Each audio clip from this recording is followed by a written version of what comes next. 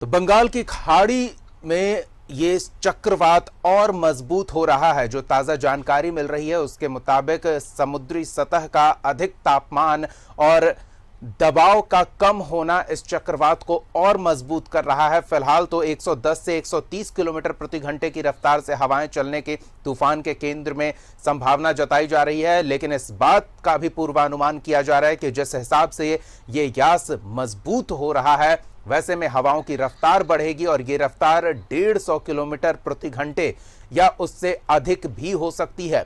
मूसलाधार बारिश और वज्रपात की संभावना भी जताई गई है। ऐसे में हम भी लोगों से अपील करते हैं कि वो खुद को सुरक्षित रखें और वज्रपात की संभावना को देखते हुए अगर घर के बाहर बारिश के समय फंसे तो पेड़ों के नीचे बिल्कुल ना छुपे। ऊंची इमारतें जो वज्रपात से सुरक्षित नहीं है उन इमारतों में भी जाने से परहेज करें।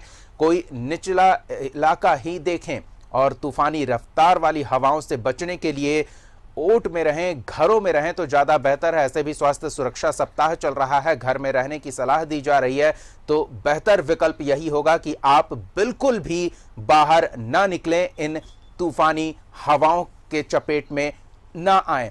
हमारे सहयोगी अंजनी हमारे साथ जुड़े हुए हैं, पहले उनका रुख कर लेते हैं राजधानी का, और साथ ही हमारे जमशेदपुर से सहयोगी प्रभात भी जुड़ रहे हैं, तो दोनों के पास चलेंगे। पहले राजधानी का रुख कर लेते हैं और उनसे जानते हैं कि प्रशासन की क्या तैयारी है इस चक्रवाती तूफान यास को लेकर। जी अंजनी।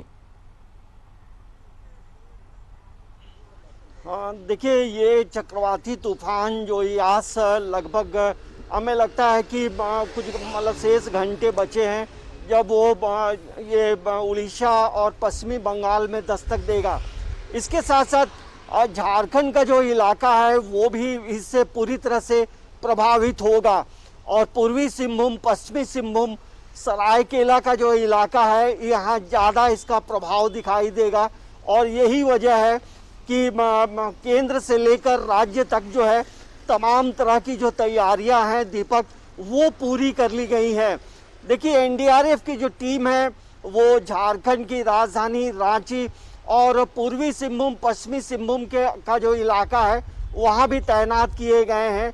और इसके साथ साथ बिजली विभाग को पूरी तरह से सजग रहने को कहा गया है। और जिस तरह से अभी कोरोना का जो संक्रमण है यदि उसके लाइट यदि ऑफ होती है तो बिजली की वैकल्पिक व्यवस्था के लिए, क्योंकि कई हॉस्पिटलों में मरीजों का इलाज भी चल रहा है और ये जो तूफान है इसका व्यापक असर दिखाई देगा झारखंड में भी, लेकिन यदि सबसे ज़्यादा असर दिखेगा तो पूर्वी सिंहभूम, पश्चिमी सिंहभूम, सरायकेला का जो इलाका है। और 27 और 28 का जो दिन होगा उस दिन रांची, खूंटी का जो इलाका होगा यहाँ तेज बारिश होगी, हवा की रफ्तार तेज होगी। इसके साथ साथ रामगढ़ हो, हजारीबाग हो, आपका पाकुड़ का इलाका हो, तो ये तमाम जो इलाके हैं यहाँ तेज बारिश के साथ साथ हवा भी चलेगी, तो इसके जो इफ़ेक्ट होंगे अच्छे नहीं होंगे। देखिए यास का जो नाम रखा गया है ये ओमान ने रखा है और यास का अर्थ होता है निराशा। मतलब ये जो तूफान है, चक्रवाती तूफान, ये अपने साथ जो है एक निराशा लेकर आएगा, मतलब तबाही लेकर आएगा, और तो यही एक संकेत है। और एनडीआरएफ के जो डीजी हैं एसएन प्रधान, उन्होंने देर रात ये जरूर कहा है कि जो तमाम जो राज्य हैं सभी जगह एनडीआरएफ की टीम पूरी तरह से तैयार है। यहाँ तक वायुसेना का जो विमान है वो भी मदद के लिए पूरी तरह से तैयार है। तो ये पूर्व अनुमान से तमाम जानकारियाँ पहले मिल जाती हैं और यही वजह है कि केंद्र से लेकर राज्य तक जो है अपनी मुकम्मल जो तैयारी है वो कर ली है। और ऐसे समय में जिस तरह से आपने अपील की है दीपक, ये एकदम बड़ा वाजिब है कि आने वाला जो 2-3 दिन है वो तमाम लोगों को सजग रहना चाहिए, क्योंकि तेज हवा चलेगी और अमूमन होता ही है कि बड़े बड़े पेड़ भी जो है इस हवा का जो थपेड़ा होता है वो सह नहीं पाते हैं। तो और यही वजह है कि लगभग इन इलाकों में कई ट्रेनों को रद्द किया गया है। तो राज्य सरकार, केंद्र सरकार की तरफ से जो है एक बेहतरीन तैयारी की गई है कि तूफान से कैसे लड़ा जाए। पूरा देश कोरोना से भी लड़ रहा है। अब जो है ये चक्रवाती जो तूफान है कहीं ना कहीं बर्बादी लेकर आएगा, लेकिन उसे रोकने के लिए प्रशासन अपने तरफ से पूरी तरह से सजग है। दीपक, बिल्कुल प्रशासनिक तैयारी पूरी है, लेकिन जो भारतीय मौसम विभाग ने पूर्वानुमान जताया है उसके हिसाब से अगर हम देखें तो रांची तक, जी हां, राजधानी रांची तक यास तूफान का केंद्र पहुंचेगा। तो ऐसे में हवाओं की रफ्तार 100 किलोमीटर से अधिक ही रहेगी, उससे कम होने की संभावना फिलहाल तो नहीं दिख रही है, क्योंकि चक्रवात मजबूत हो रहा है, ऐसे आंकड़े सामने आ रहे हैं। तो ऐसे में बचना बेहद जरूरी है, खुद को सुरक्षित रखना बेहद जरूरी है। और करीब करीब पूरा झारखंड इसके प्रभाव क्षेत्र में है, जहां रफ्तार तूफानी होंगी हवाओं की, मूसलाधार बारिश होगी, वज्रपात की संभावना है।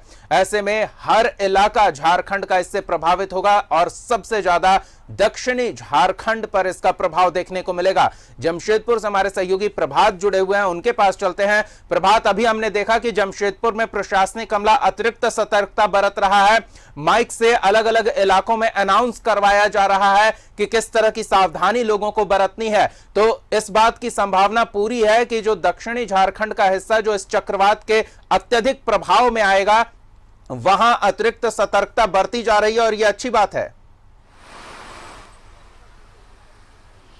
बिल्कुल दीपक, देखिए जिस तरीके से ये तूफान का जो सबसे ज़्यादा अगर असर हम बोले तो पूरे झारखंड में तो पड़ेगा, सबसे ज़्यादा अगर असर हम बोले तो सरायकेला और जमशेदपुर में जब कल टकराएगा, और इसकी संभावना व्यक्त की जा रही है कि कल झारखंड में आएगा। लेकिन आज से ही मौसम देखिए बदल गया और बूंदाबांदी शुरू हो गया, और अभी मैं खड़ा हूँ तो बारिश भी हो रही है। तो प्रशासन पूरी तरह से अलर्ट है। पूरे अगर हम पूर्वी सिंहभूम की बात करें तो उपायुक्त ने बैठक करके जितने सीओ हैं, वीडियो है, उन लोगों को निर्देश दिया है कि जो निचले इलाके में रहते हैं लोग, जो खुले जगहों में रह रहे लोग, उन लोगों को स्लेटर हाउस में शिफ्ट किया जाए, जो सामुदायिक भवन है वहां शिफ्ट किया जाए, ताकि वो उनको इस तूफान से बचाया जा सके। और लोगों से आग्रह भी की जा रही है कि आप घरों से ना निकले।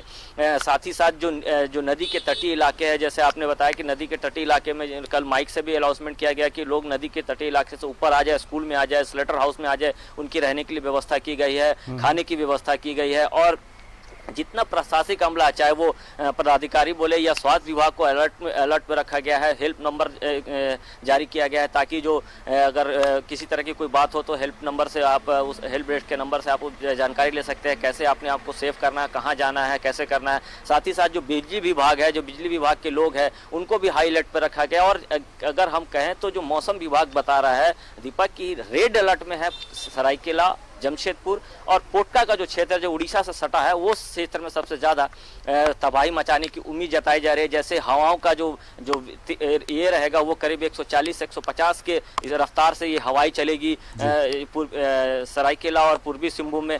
तो जिस तरीके से ये प्रशासन ने पूरी तैयारी कर रखी है, किसी तरह का कोई चूक ना हो, इसको लेकर लगातार उपायुक्त सभी जो बीडीओ सीओ जो निकाय है उनसे लगातार संपर्क में है, वर्चुअल मीटिंग कर रहे हैं ताकि ज़्यादा से ज़्यादा लोगों को इस तूफान से बचाया जा सके। साथ ही साथ जिले के उपायुक्त ने जो टाटा स्टील है उनसे आग्रह किया है कि आप कम से कम मैन पावर से ही काम चलाएं 2 दिनों तक, 26 और 27 तारीख को कम से कम मैन पावर से काम कराएं, ताकि लोग घर से ना निकले और घरों पर ही रहें। और अगर कोई कंपनी में जाता है तो उनके कंपनी में रहने की व्यवस्था की जाए, खाना पीने की। अगर जब तक ये तूफान थम नहीं जाता तब तक उनको आग्रह किया है। और जो भी सरायकेला के जो आदितपुर क्षेत्र में जितनी फैक्ट्रियां हैं उनसे भी आग्रह किया। बिल्कुल प्रभात, हम देख पा रहे हैं कि आप अब भीगने लगे हैं और बारिश की बूंदें जो माइक पर गिर रही है उनकी आवाज अब स्पष्ट आ पा रही है, यानी कि धीरे धीरे वहां बारिश तेज हो रही है। अब तक जो रिमझिम फुहारे थी वो तेज हो रही है, तो कुछ तकनीकी समस्याएं भी आएंगी। फिलहाल बहुत बहुत धन्यवाद। हम चाहेंगे कि आप